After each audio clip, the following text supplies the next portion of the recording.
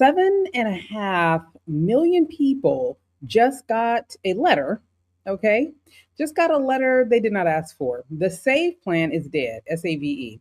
Not paused, not under review, dead, DEAD. If you are on PAYE or ICR, congratulations. You are on a plan that has an expiration date right now. July 2028. Okay, gone. You want more? As of July 1st, if you are a parent who took out a Parent Plus loan thinking, oh, I got this, no, you don't. The government just put a lid on you. Okay, $20,000 a year, 65,000 lifetime. Yesterday, there was no ceiling. Today, there's a very real one, and nobody sent you a save the date for this, okay? And we're going to get into it. And if you are one of the millions of teachers, nurses, social workers, and city employees counting your payments towards public service loan forgiveness, so many people that depended on this, listen closely. There's a new default repayment plan that will let you pay on time every month, faithfully for years, that count for absolutely nothing towards your forgiveness. Zero. And that's not a typo from what I read. Okay. But I have someone here that's going to talk to us about this. This is a trap. It feels like a trap for me. It feels like a trap with a due date. But I could be wrong. So today I'm joined by the student loan doctor, Dr. Sonia Lewis, the person people call when the servicer will not pick up and the fine print reads like a random note because what am I reading? Okay. We're breaking it down exactly what changed on July 1st, what it means for your wallet and your family, and what you need to do this week, not next month, not next year. Okay. If you have a federal student loan or you are a parent still paying for somebody else's, that would be me. You need every minute of this. So let's get into it. Good doctor, how are you? I'm so good. I'm so good. I'm so glad to be here. Girl, you just smiling, and I wish, when I be getting them loan pay repayment papers back, I could smile like that. No. So I'm hoping you help me and so many other people that are trying to Mhm. figure out what's going on. Because I think most of the time, just the not understanding what's Yeah. going on is a problem. So let me start here. How did you even get into this? Because So, yes, this is my professional background. I've been doing this now for about, oh my goodness, let me go backwards here. Don't want to tell my age. Oh no. Over over 16 years. I know I still look 16, so let's fit fast forward. No, but about 16 years I've been doing this professional work in higher education. And then the business, the student loan doctor, has been around since 2016, so 10 years now. um for me, I've already been looking into how student loan debt particularly affects African American women. That's how this all started, working in higher education. But now it is a nationwide practice in which we're providing education and consulting services to help people. that's and was it just a calling? Was it just because you're right? Yeah, I don't Like know why there's so God many gave other me things you this. could have done. I say this all the time to the Lord. So, actually, I went through a financial literacy course. And when I was in the course at church, I realized the only topic they didn't speak on or touch on was student loans. And so I found myself in the program that I paid to be a part of, helping people and talking to the room about their student loans and what they should do. And then people at the church started coming up to me and referring other people at the church to talk about their student loans. And then I said, you know what? This might be a consulting practice I should kick off and start. And so while I was still working my 9 to 5, in the evening and on the weekends, I started helping people in that regard. And so here we are, 10 Hey. years later, the nation's expert on the topic. But it really just started with, I think some people need some help. And because I have the ability to teach, I was a past professor and educator. I just know how to explain it in a way that makes people understand it so that they can go do something. Wonderful. Wonderful. So break it down for someone who has not opened a loan servicer email in like, I don't know, 2 years or so. What exactly changed on July 1st? Yeah, that's about 10 million people. No worries. So, no, it's okay. So, we had that pandemic pause. And so people have not visited their student loans or have gone into studentaid.gov in a long time, a very long time. So the first step would be to log into studentaid.gov, reset your credentials if needed. And you want to log in and say, hey, this is what's happening with my student loans, or hey, this is what's not happening. You're going to find out if you're in repayment. You're going to find out if you're in default, or you're just going to find out what your loans are and their status is. That's important to know so that if anything we talk about today resonates with someone, at least they'll be able to know what to do based off of what they're seeing. Got it. Now, for the people that don't understand some of these phrases that I was spewing, what is save, pay, and ICR? What is that? So those are what's called income-driven repayment plans. And so for you to have options for repayment, they're going to be non-income driven, basically not driven by what you earn, or income driven by what you earn. So these are the payments that in which you have an option to take a part of. If you're providing your information on your income, that's driven by your tax return or your pay stubs. So that information dictates what a payment could look like. The only way to achieve loan forgiveness outside of particular programs would be to be in an income-driven plan, with the exception of the latest plan called RAP, Repayment Assistance Plan, that is given by the Trump administration. I'm sorry, RAP? Yes, RAP, Repayment Assistance Plan. So the challenge with the RAP plan, and we'll get into that, is that it's a little funky component that you've got to get to 30 years of repayment. And then from that point, and I want to clarify, it could be forgiven. It's just going to be taxed. So if you're taking out brand new loans, like you never had a student loan, or you are not consolidating your old and new, those loans are going to go only for income-driven purposes into RAP.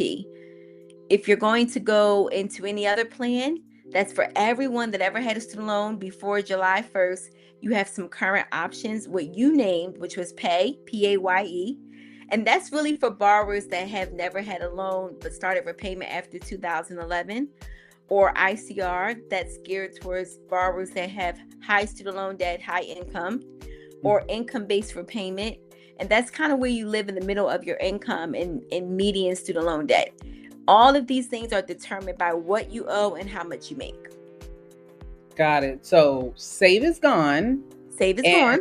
Pay and ICR are on a countdown to 2028. Until 2028, yep. Right. What happens to someone who has been sitting in forbearance limbo this whole time? You're going to have to get out by September 29th. As the recording of this show, by September 29th. Now remember, these things can change, but September 29th, 2026, you want to choose a plan. You're going to have to submit a new income-driven repayment application through studentaid.gov, or work with your lender to choose an option not based on your income. Oh no, this stuff be sounding kind of complicated.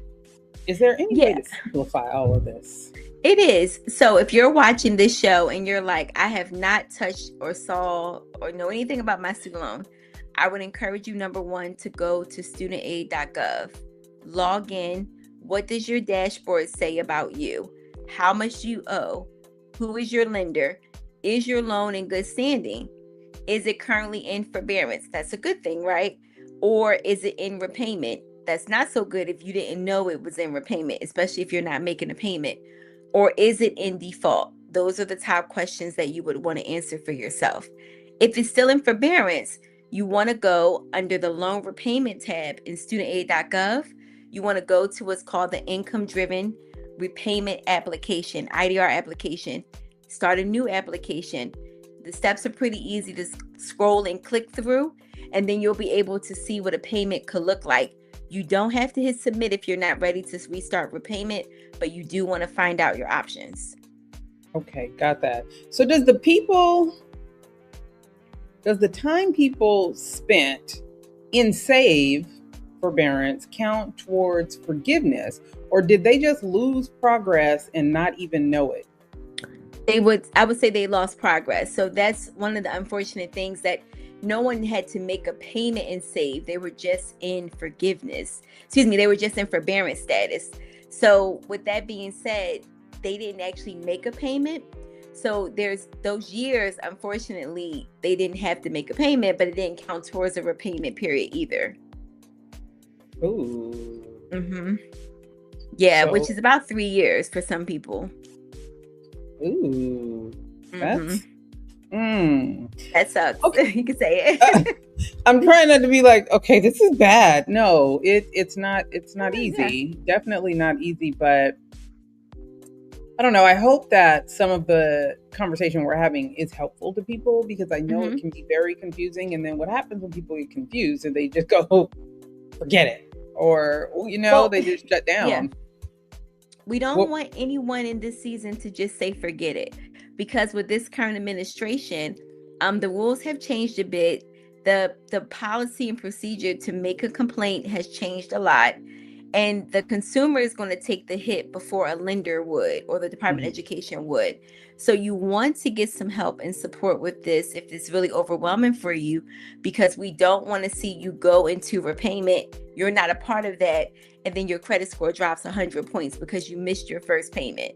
That's what's happening for people that are not in front of it. If you just, let's say, Tonya, start a repayment, by that 90th day, and it reports to your credit as late, that's 100 points lost because of the amount and the activity now being reported on your credit report for most people.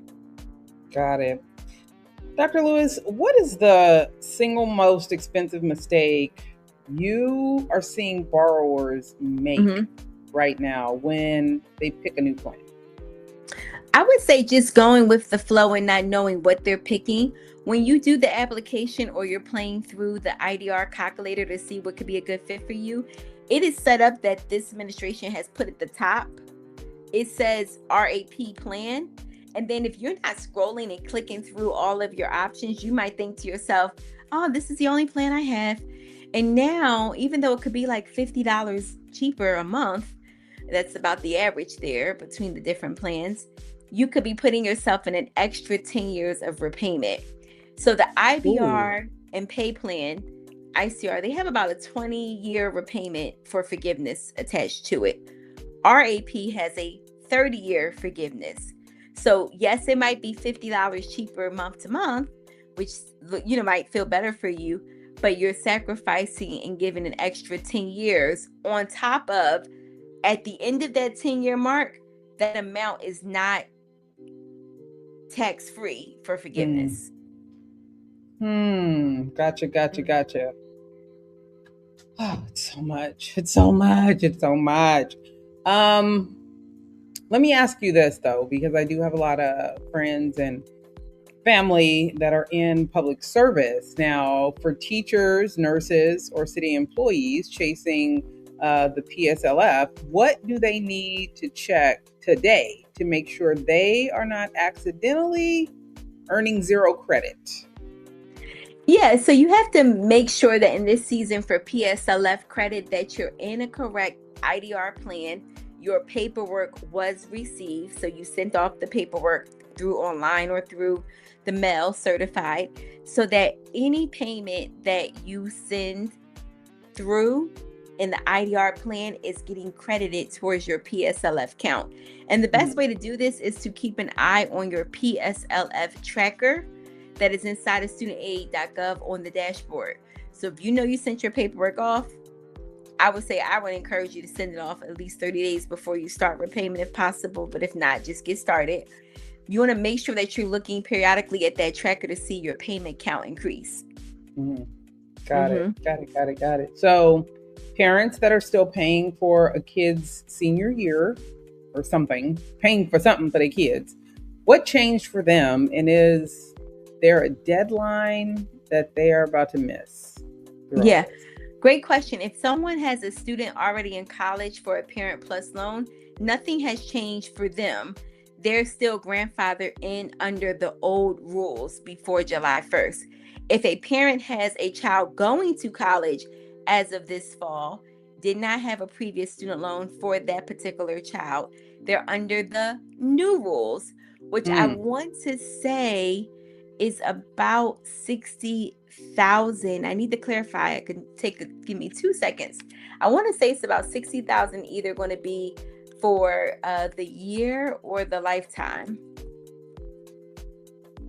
Let's see. Let me just confirm. All right. Let's see. Okay. Yep. Lifetime limit. The answer is 65,000 for the lifetime of that student. The reason why that's important to know is that, let's say your child wants to go to an HBCU. Well, you, the parent, can only help that child with up to 20,000 for that year. But if the life of their bachelor's, master's, doctoral degree, you can only help with up to 65,000. Gotcha. Okay. But if we did a Parent Plus for a kid that's in grad school some years ago, then we're grandfathered into the old policy. No, it would have to be connected to them already currently being in school. Because if they're still in school.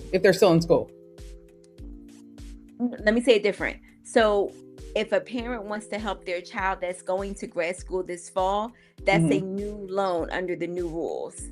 But no, if they're helping if they're up for repayment from someone that started grad school, let's say last year or 2 years ago. Oh, yes. Old rules. Yes. Okay.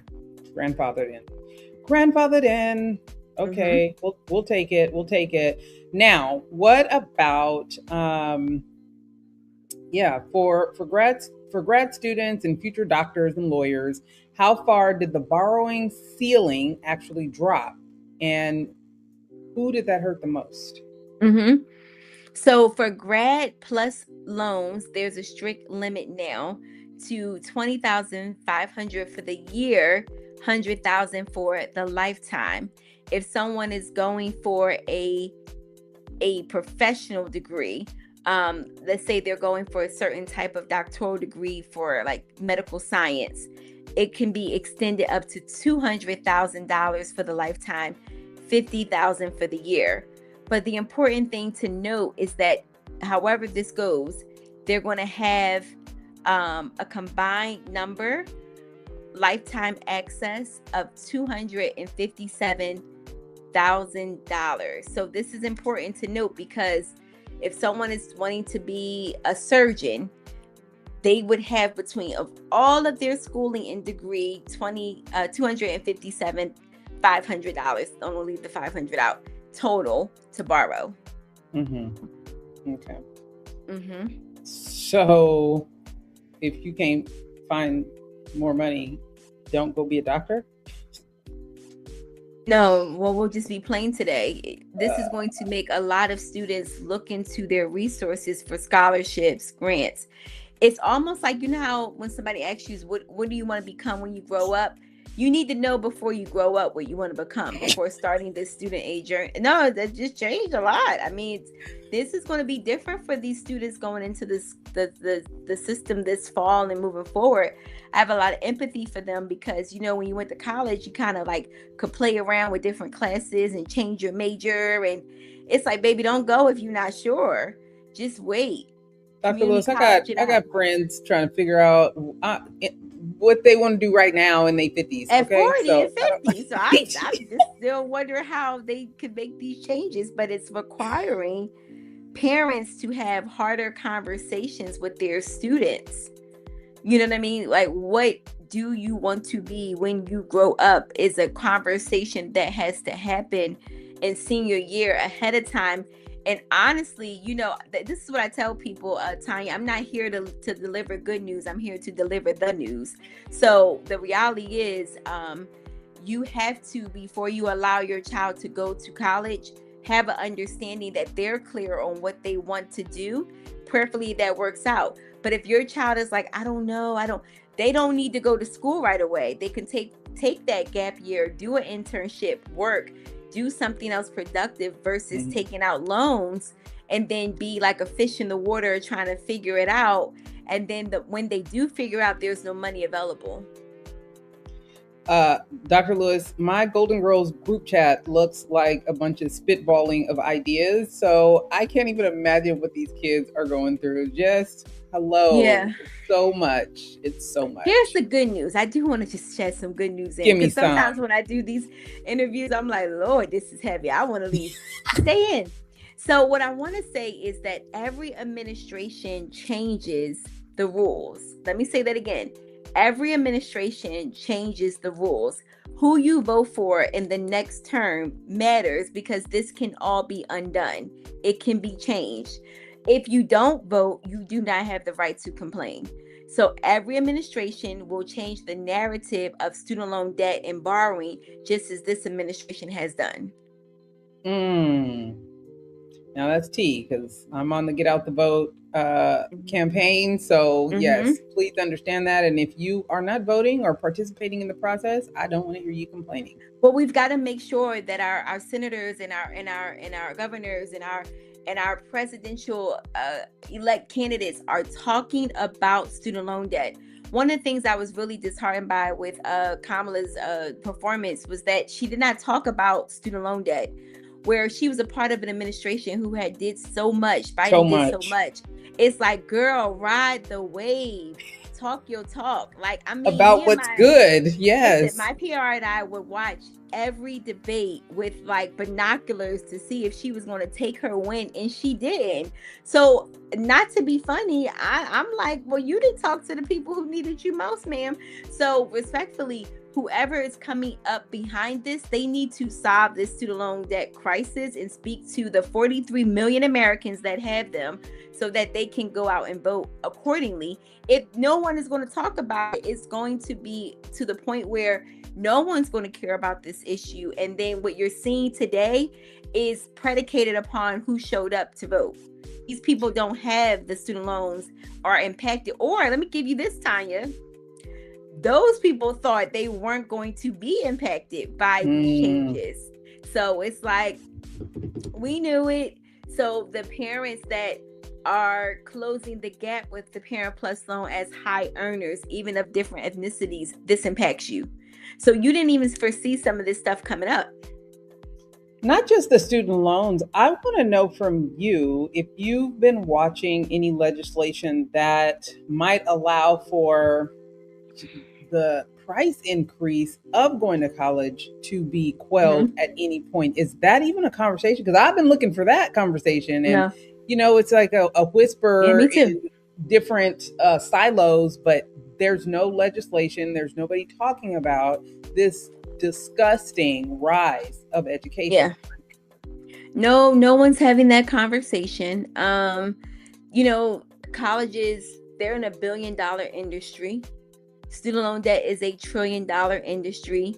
Somebody gets paid off for all of that, is what Kanye would say, right? So what I would tell you in this case is that there is not enough conversation around why does school cost this much? Or, you know, we look at Canada, right? Canada a few years ago stopped interest from accruing on repayment of loans. Why can't the U.S. do the same?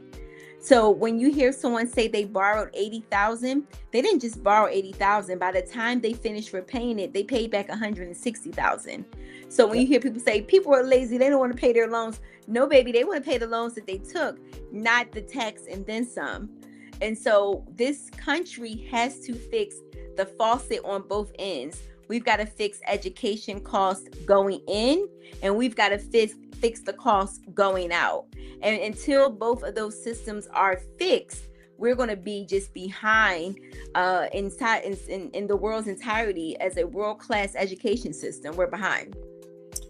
It's always interesting when they talk about what we can't afford. And now we're in this administration who seems to be throwing money down the sewer at every turn. But I digress. That's a whole different conversation. Tell me this. What is the biggest myth borrowers believe about all of this that's going on that could cost them real money, so that they know? What is the most important thing you want them to pay attention to and leave this conversation with? What do I do today? Yeah, I think the thing that I'm most concerned about right now is that people are thinking they can do nothing. And that's a serious answer. I'm so worried about the people that feel overwhelmed that they don't do anything. It's so much better to help people clean and clear this up now before they get themselves in a pickle and we're trying to undo. So I appreciate, you inviting us to your show. I appreciate when people come to our free class we host each week for free to learn so that they can do something, because it is not the problem of the lender anymore for them to solve. It is yours. It is your problem alone. So I would say the thing that's going to cause people the most in this season is to be uneducated. Ignorance is expensive in this season. So it would be behoove of you to learn, even if you're annoyed by this. But here's what I tell people. I don't dummy this down, because you are a scholar. You took out a student loan. You're educated in some form of capacity, right? So you got something going on for yourself. The thing that makes people shrink is that they're annoyed, they're bothered, they're emotional about this debt. But I would ask people for 2 seconds to get unemotional about these finances, to learn what they need to do. And then you might find out you could be forgiven. You might find out you're halfway through the journey. You might find out if I just do this one thing, it'll make it more feasible, instead of staying in a headspace about it, because this repayment process is going to start with or without you. I just want you to be included in the conversation. Wonderful. Now let the people know how they can get in touch with you, how you help them. Clearly, there might be some groups that could bring you out, or give them the good stuff, because I have a feeling after hearing this, there will be some people that reach out. Yeah, we do a lot of free workshops with 10 or more virtual workshops with different sororities, organizations, churches. I'm a member of Delta Sigma Theta. And so a lot of our sorors from all over the country will reach out to our team to pull us in for myself or a team member to teach around repayment and forgiveness. But I do a free class every Monday night, and I mean for over a year, every Monday, 8 p.m. EST. It's a 90-minute class that we talk about what are the updates, repayment options, forgiveness options. To register, they would go to freesldclass.com. When you register, you'll get 10,000 reminders. You can't miss us unless you want to. And then just come with your snacks, come with your notebook, come and learn. If we can help you, we have an educational platform for the year. It's very affordable. We would invite you to join us. Every Tuesday, there's a study hall to ask questions. You receive 2 consultations with a coach so that you can ask questions one-on-one like this. No question is off limits. Then we also have live hands-on classes. So you know how we talked about for people with PSLF, what do they need to do? What do they need to fill in? We have a class where we show you how to do the paperwork correctly, how to get that forgiveness submitted correctly. So people love our community. I would say right now we have over a couple thousand enrolled, because it is safe. No one's making you feel bad. We've got people in there with $20,000 in student loan debt up to upwards of $1 million. Everyone can receive help if they have federal student loans in that community. Wonderful. So I'm a member of Zeta Phi Beta. So glad to have you here. Where are you at? The Zetas, I'm here right now, currently right outside of Atlanta, Georgia. Okay. I just did a presentation for the Zetas. I'm not sure which chapter. It was about 2 weeks ago. They had about 15 people on. They asked good questions. Some of them joined our program. But if you never joined, here's what I tell people. I'm very blessed. So with or without you joining, we're going to show up. I've been doing this for 10 years, and people ask me all the time, how do you keep doing this for 10 years? Don't you get bored? Don't you get... And I'm like, no, because every day someone new meets us. There are 43 million people I have not yet met or served, and everybody's situation is different. So some people have it super laid out. Some people are in a cluster of problems with their student loans. Whomever is listening, we can help. You just have to be willing to do the work, because I tell people very plainly on Monday night, I don't like an uneducated student. While we can do things for you, this is the biggest debt you'll owe outside of a mortgage. I need you to want to understand what's happening here, so that your decisions outside of this will be more thought through. You will think about voting or not voting. You will think about who you are electing for certain roles. You will think about where your dollars go to when you want to be a good giver and give towards campaigns. Because if you understand the financial impact it's having on you now, it could get worse. Absolutely. Technically. And we want it to get better before it gets worse. Absolutely. I also work with athletic directors, coaches, and sports parents. So I think it might be a good idea for you to chat with some of them, because a lot of athletic programs don't have all the money they need to send their kid to college. So they're always trying to figure out, how do I do this? How do I make it work? Yeah. Do I take out loans? How would that work in comparison to this partial scholarship that we might be getting? So we definitely should look at that. Well, Tonya, let's talk offline. If you have any connections, Absolutely. Listen, I tell people we have amazing affiliate relationships for people that do need to get one-on-one help with us. But if anyone ever joined, we can still do a give back virtual conversation. I tell people I do have what I call an allocated allotment of donated time for these virtual conversations, because I know how much my hour is. Hello, somebody. But also, I do invest in my community too, Tonya. With my high school, I'm from Philly. I always am sure to give back to the students there each senior class, because I want to just help them, have a hand up, not a hand out, as they're going into the next phase. So, and I'll end on that note, Tonya. The community has to now take care of itself. So if you're waiting for someone in office to provide you with funding, you'll be waiting. So I ask those that are listening, that are in a prominent position, whether they can give $500, $1,000 a year to a student or to a cause connected to education, because it's going to be the village that's going to help our young people complete education. It's going to be the village that has to help now so that they can take care of us later, because we need teachers, we need nurses, we need doctors, we need social workers. And if we don't take care of our village and invest in our young people ourselves, then who will show up for us when we're older, right? So I think about these things more consciously now. I could shop or I could invest. I could do this or I could do that. So these are hard conversations to have. Absolutely. Conversations. No one's going to take care of us but us. I love this. Well, thank you for taking the time. And here's the thing, guys.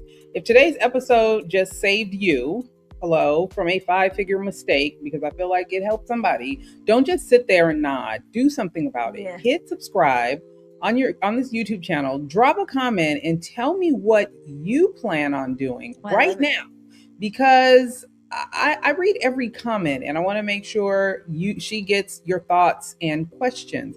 If you want a deeper dive, the numbers, the fine print, the receipts, head over to Substack. I'm going to do a deeper dive on this for you. And I'm going to get some more information from the good doc. The link is going to be in the descriptions. And if your loans are already a mess and you need an actual human being to fix it and not a chat bot reading you a script, I want you to go to, tell me if this is right, doctorpleasehelpme.com.